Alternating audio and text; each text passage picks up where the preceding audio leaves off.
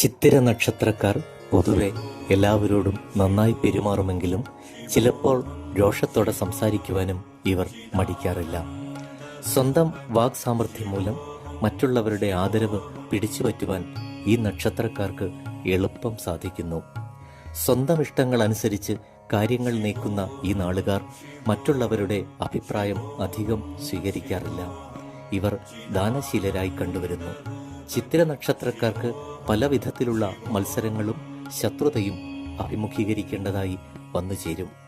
ഇവരുടെ ബുദ്ധിസാമർഥ്യം പ്രശംസനീയമാണ്. ഏതെങ്കിലും കാരണത്താൽ ഇവരുടെ മനസ്സ് കൂടെ നീറിപ്പുകഞ്ഞുകൊണ്ടിരിക്കും.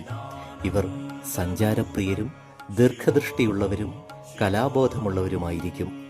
ഇവർ ഭൂരിഭാഗവും സ്വന്തം നാടുപേക്ഷിച്ച് അന്യദേശത്ത് താമസം ഉറപ്പിക്കുകയാണ് പതിവ്.